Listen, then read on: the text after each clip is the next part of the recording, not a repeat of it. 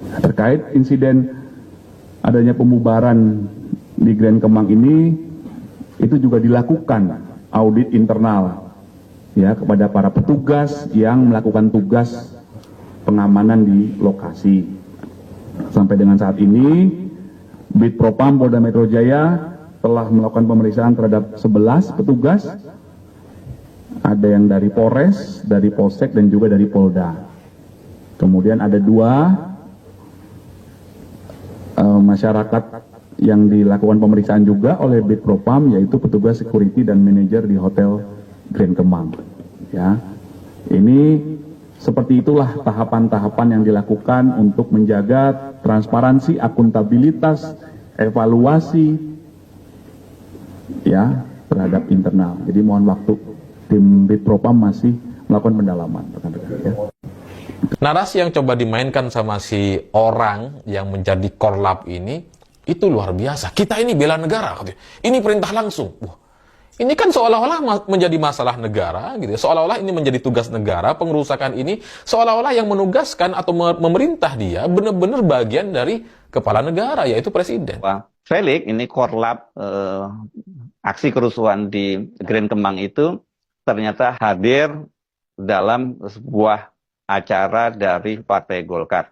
Nah, di media sosial ini spekulasinya mungkin kemana-mana, dan ini kemudian dikait-kaitkan dengan Ketua Umum Partai Golkar, Bahlil Lahadalia. Penyerangan. Rasanya kepolisian kalau mendengarkan ada perintah dari menteri, kemudian ada preman mau melakukan penyerangan terhadap acara diskusi, itu rasanya pasti akan dihentikan. Tapi kalau perintahnya kemudian dari perintah presiden, ini perintah langsung dari pusat, ini perintah dari presiden misalkan, gitu ya, perintah langsung. Rasanya pihak kepolisian atau security di setempat itu juga akan ketakutan tuh. Dan kemudian banyak yang menduga-duga apa hubungannya, apa kepentingan Golkar di sini di dalam pembubaran diskusi itu. Tapi banyak juga yang kemudian tidak mengaitkan Bahlil sebagai ketua umum, tapi Bahlil sebagai pribadi yang dianggap ini, ya saya kira sudah menjadi semacam rahasia umum, itu dia adalah proksi dari Mulyono. Kemudian terhadap beberapa pelaku yang sudah terekam di video dan berdasarkan hasil keterangan tersangka dan saksi itu juga akan terus dikejar, ya, akan dicari untuk dimintai pertanggungjawaban. Ya, hal-hal seperti ini sangat tidak dibenarkan, ya, melakukan hal-hal yang merugikan orang lain. Apalagi ada properti yang dirusak, barang milik orang lain dirusak, ada beberapa orang yang dilakukan pemukulan. Ini hal yang sangat tidak baik, dan apabila ini terjadi kami pasti akan mendalami dan mengusut tuntas, ya rekan-rekan. Kayak dia ini lebih berkuasa dari security dan polisi. Siapa orang ini gitu? Dan kemudian bagaimana caranya orang seperti ini bisa mendapatkan perintah langsung? Perintah langsung ini dari siapa sih? Ya karena kita kan bingung gitu, kalau pihak polisi, security bisa diam aja dengan alasan ada perintah langsung, itu kan berarti ya di atas mereka, di atas security dan polisi. Berarti kan ya mereka, pihak kepolisian setingkat polsek ini gitu, atau polres, kemudian tidak berkutik dengan mereka yang katanya mendapatkan perintah langsung. Ini perintah dari mana? Ini terus terang menimbulkan tanda tanya gitu ya. Tapi kalau kita ngelihat dari video yang beredar tadi gitu ya, dan kemudian orang-orang yang melaksanakan diskusi dan coba diserang seperti ini, nampaknya ya kita bisa membaca bahwa ini perintah langsung ini muncul dari orang yang tidak sepakat dengan kelompok-kelompok ini.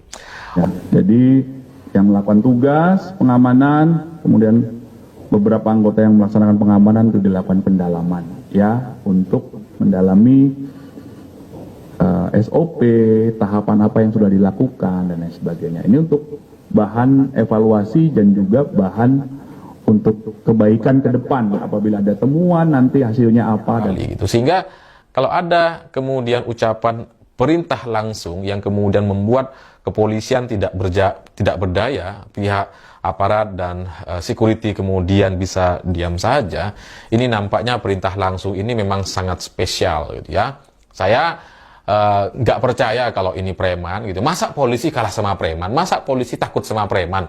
Jadi kalau kemudian perintah langsung itu ditafsirkan atau disimpulkan bahwa ini perintah dari kepala preman gitu ya, atau penguasa Jakarta, saya tidak sepakat gitu ya. Karena ada pihak kepolisian di sana. Seharusnya polisi kan nggak takut sama preman.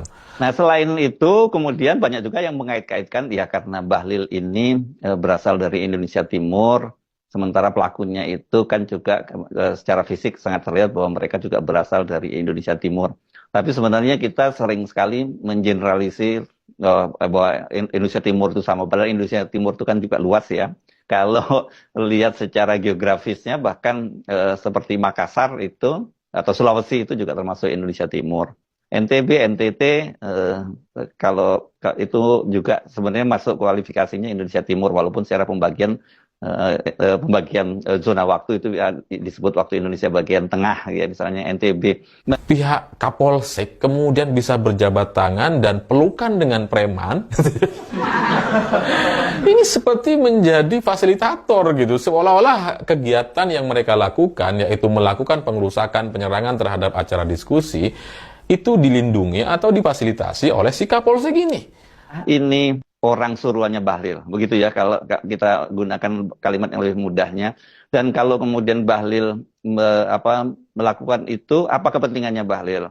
Apakah Golkar berkepentingan, atau yang tadi itu bahwa ini Jokowi berkepentingan? Karena para aktivis yang berkumpul kemarin itu kan yang diundang oleh Forum Diaspora Indonesia itu memang banyak sekali ini adalah tokoh-tokoh dari Koalisi Aksi Menyelamatkan Indonesia, dan sekarang ini memang mereka banyak yang melakukan advokasi terhadap masyarakat ya. Poin yang pertama, orang ini bilang bahwa ini perintah langsung, jangan kontak fisik, security jangan kontak fisik, ini perintah langsung katanya.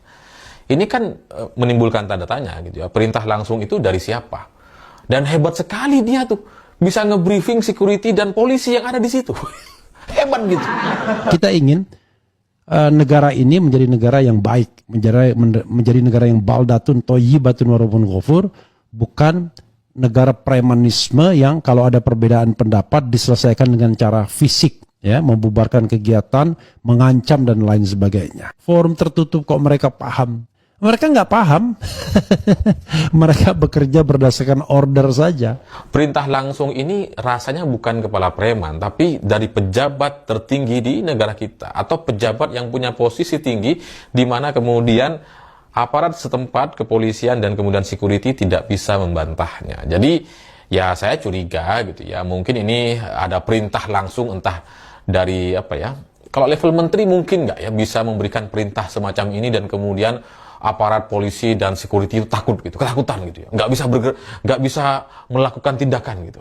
Mereka menamakan yang namanya Aliansi Cinta Tanah Air. Coba cek organisasi itu ada atau enggak ya, siapa ketuanya, siapa wakilnya, atau jangan-jangan buatan-buatan biasa aja ya, seperti oke lah ya, terserah mereka. Tetapi intinya adalah tidak ada dibenarkan ya yang namanya merusak properti, apalagi private ya, pertemuan yang sifatnya private. Kalau sama-sama demo di jalan terjadi bentrok, let's say itu insiden.